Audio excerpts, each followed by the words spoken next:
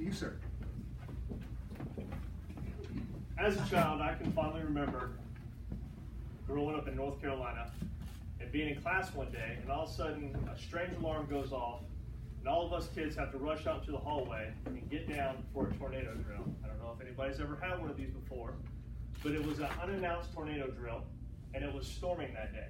And so we were left in wonder, is this real? Is it not real? Like, what is happening? Now let's bring it to present day.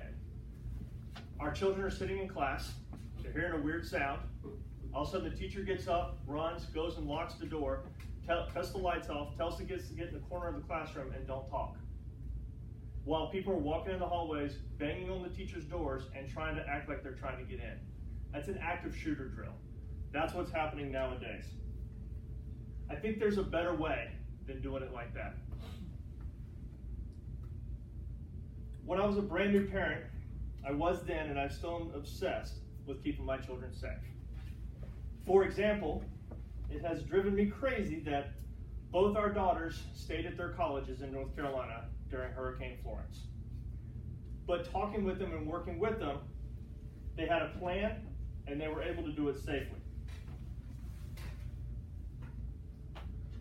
Our value proposition, our program focuses on the kids and how to keep them safe without using fear, and is interactive using stories and games that are part of their everyday lives. We have some simple phrases that we like to say. We say not here, not now, and not by you. Live safe and sound. We also tell everybody live aware, not in fear. And our whole purpose is to evade and defend. The reason why we put up these signs, what we're talking about, is because when you suddenly get scared, someone comes around the corner and scares you, you get quiet, you tense up, and you hold your breath. But you can't do anything. So everything's about talking and breathing and being comfortable. What we want to do is we want to reach out to the public schools, the private schools, community and recreation centers, and deliver our program. And what our program is a train the trainer. We don't teach them how to kick and how to punch because kids already know how to do that. But we want to go after the elementary schools. We're looking from the 5 to 12-year-old range, and we have 2 programs. What we want to do is go into the schools, not train every child, but we're going to train a couple of teachers and let the teachers train them. For the 5 to 8-year-olds, we use stories from books. There's 3 or 4 books that right now we are using. And what they're doing is the children are playing detective. For instance, the wolf sneezed and that's why it blew down the straw house. And there happens to be a pig laying there that's dead, so you might as well eat it. So we get into it. Was the wolf start out as a bad person? Did he really do anything wrong? So we get into a child's version of what's called threat recognition.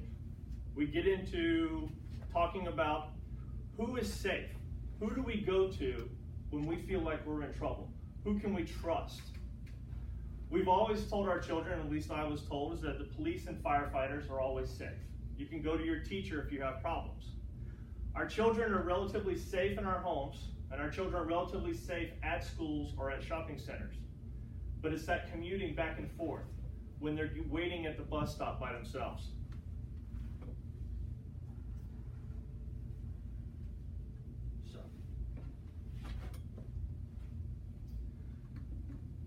This is us teaching our prototype, our 5 to 8-year-old class. And as we're reading the story, the children are actually asking them questions and going about it. And what we want to do is we want to get across to them that it's okay to ask questions. It's okay to feel uncomfortable and ask what is going on.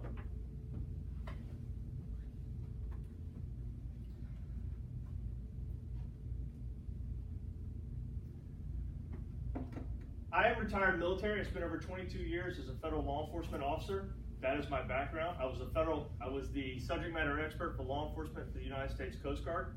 And I spent my last 2.5 years at our headquarters in Washington, D.C. I've had the ability to travel over to 31 different countries on an international team and train people internationally. The problem is that because we were a Coast Guard and we were doing State Department initiatives, we weren't allowed to carry weapons, and we traveled in 3 to 5 person teams. So what we had to do is we had to identify what are some safe havens, what does a threat look like, and how do I avoid it? Could I help myself against 5 to 6 individuals? Probably, but about 70 or 80, there's not a whole lot I can do. So we've taken this program, we've condensed it down, and I have an adult program, but we've just put together this Kids Safe program itself. And what Safe Kids is going to do is it works with the teachers and it works with the students. I heard a story the other day. There's a teacher in York County, and it's a smaller lady, and she's telling me that when they have assemblies, they all meet in the gym, and her and 4 other ladies stand against the back door. So in case an active shooter comes in, they're supposed to take care of her. This lady is a great teacher, but she doesn't have any training with it. Our job is we're not going to turn them into tactical ninjas. What we're going to do is we're going to give some information on how they can deal with that situation. How do they control the children in a panic and chaos type area? Plus, we're working with the children on what they should do in emergency type situations. I'm Jack Horner with Bravo Maritime Group. Thank you.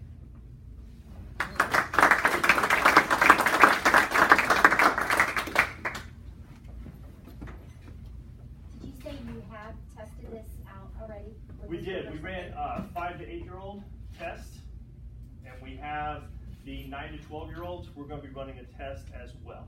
And what were the learnings out of that?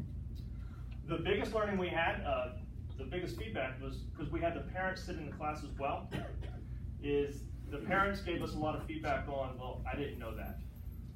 But they also brought out, we do a backpack demonstration on how kids should wear a backpack, but there is no backpack that perfectly fits a 5 to 8-year-old. So a backpack should be worn up on your shoulders, nice and high, and tight to your body in case someone grabs the drag strap and pulls you away. So what we did is we amended that. And what made it great for it is because children don't fit in backpacks.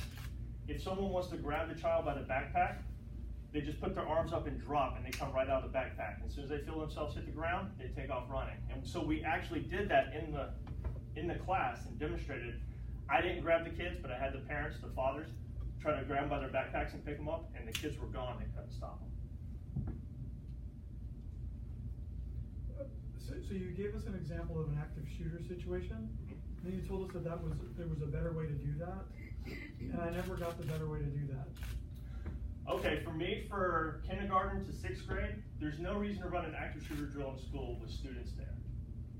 Because the only thing, you need to train the teachers on how to deal with the situation. And at that point, all you're doing is corralling cats. Now at high school level, you involve the students because the students are almost to adult age and adult size. They can do things to help stop an active shooter, to help out the teacher. But when you're dealing with elementary school students, that's not the way. There's also other problems with where they're putting the students in the class. There's some studies from the Virginia Tech shooting, the Parkland shooting, where the kids are getting in the wrong place in the class. So I'd like to help with them there. But they're doing those active shooter drills, and the kids don't know what's going on. They're just getting in a closed-in space, and a lot of them are just crying because they don't understand the situation. So how does this make money? I mean, it feels good to our heart, but how does it make money? Right. So what we're going to do is we're going to sell the program to the school, and the cost. So our initial training is $750 plus travel. And that is a Safe Kids certification of 8 hours of training. Right now, we've already developed a course. I already have an adult self-defense class.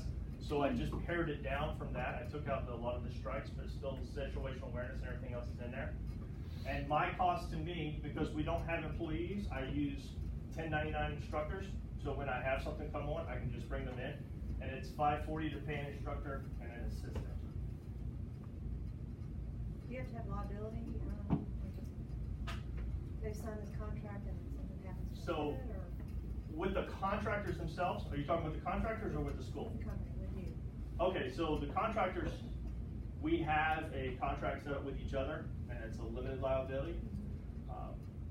But with the schools, because we're having their teachers train it, and there's no hands-on. There's no jumping, falling, or hitting, or anything like that. It's just, we haven't really looked at that, but I can't. But what I do right now, when someone comes and takes one of my self-defense classes, they sign a waiver. So I can see that we could do something to amend that. What kind of traction do you have on the marketing side? So we have a regular Facebook page for BMG Safe, and we also have a Bravo Maritime Group website. We've been in Williamsburg teaching self-defense classes since 2014. I've actually been doing women's self-defense classes since 2005 when I used to do them in a martial arts studio out in Lightfoot. So we're getting there. We're on Instagram as well. And we have people, and we'll send out videos or articles.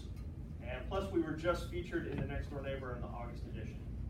So you've got it out there. What kind of response are you getting on that? I tell you, the Next Door Neighbor response did a huge thing. The other side of our business, we also do brick and mortar safety and security as well. So there's some churches that we're working with. But we are running 2 classes this month. One's a family safe, which is kind of like our child safe, and we're doing our regular Be Safe adult class. How much are those classes? They vary, but typically they're $95 a class per person. And how many people? It's unlimited, and it's a 3-hour seminar. I can run up to 30